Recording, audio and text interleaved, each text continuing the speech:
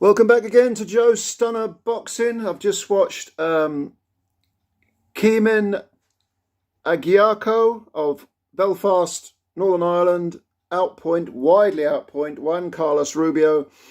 CAOIMHIN AgyaRko goes to 11-0 and Juan Carlos Rubio loses for the second time in a row against 18 wins. Now, I think we saw the good and the bad of a young prospect here. CAOIMHIN AgyaRko being groomed for possible European, maybe world honours. Physically very, very strong. He's a middleweight, a natural middleweight. Looks like he has to boil himself down to middle. Good engine. The downside would be doesn't throw enough punches, and I just don't like this hands-down style that he's got. He doesn't throw enough punches. Very strong, muscular arms, maybe a little too muscular, although his engine, nothing wrong with his engine, but he was fighting at his own pace for this full 10 rounds. Two of the judges had it 100 to 90, didn't give Rubio a single round. One of them had it 98 to 92. Can I give Rubio 2 rounds? Probably not. Maybe a couple of swing rounds. But it was very wide for AgyaRko. So, the good and the bad.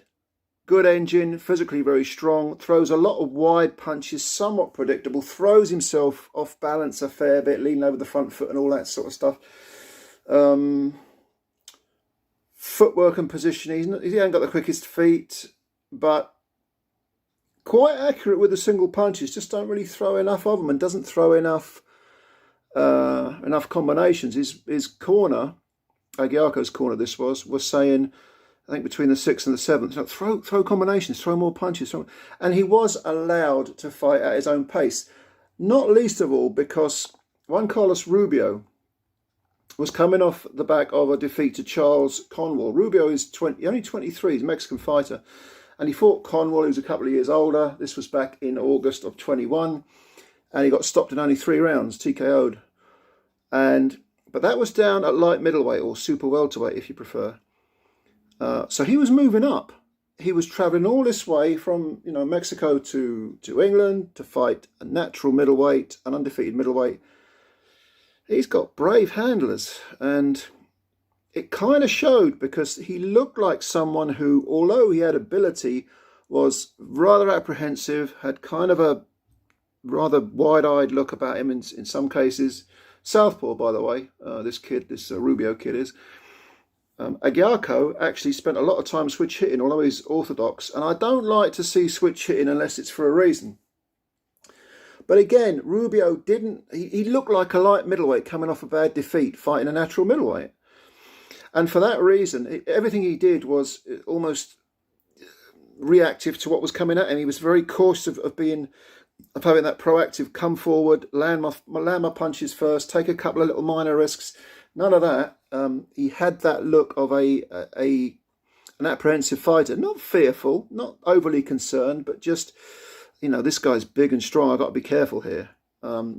Which was fair enough, but someone with more confidence and certainly someone with more ability would exploit the fact that AgyaRko wasn't throwing that many punches, had a very low defense, sometimes was swinging himself off balance, had slow feet, was physically strong in the sense that he could manhandle his opponent. But again, if you get another big middleweight who's, boiling himself down to 160, is AgyaRko going to be able to do that? I'm not convinced.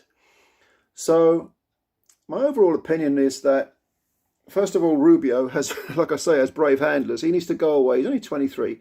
He needs to go away, go back to Guadalajara, get some fights in Mexico. That jump up to fight Charles Conwell back at super welterweight, that was a hell of a quantum leap. Because if you look at his previous record, he was fighting Mexican fighters who had very patchy records, and suddenly he's fighting a real big prospect in Charles Conwell, and he got stopped in 3, and his confidence would have taken a battering, and they bring him over here. And AgyaRko, the commentators, the DAZN commentators were saying, oh, it's a good win for AgyaRko. Yeah, nothing wrong with it. He did what he had to do, but against a more confident, less apprehensive, naturally bigger opponent. Could he have had it all his own way? I don't think so. I think there were too many flaws there. So the jury is still out for Agyarko as far as I'm concerned. Maybe he wants to become the first black Irishman to win a world title. That seems a long way off to me. Yeah, seems a long way off to me. I would say we've got some work to do. If I was him, I'd go for the European title. Maybe maybe a few fights and then the European title and try and build into world level. I don't know how tight he is at the weight. He's got a lot of muscle on those arms. Very broad-shouldered. And if he wasn't allowed to fight at his own pace, would he have displayed such a good engine? Again, I'm not entirely convinced. The jury's out. Maybe he would. Maybe he would. I'm not down on the guy. I'm just saying that there's a lot of stuff that needs to be proved, at least to me anyway.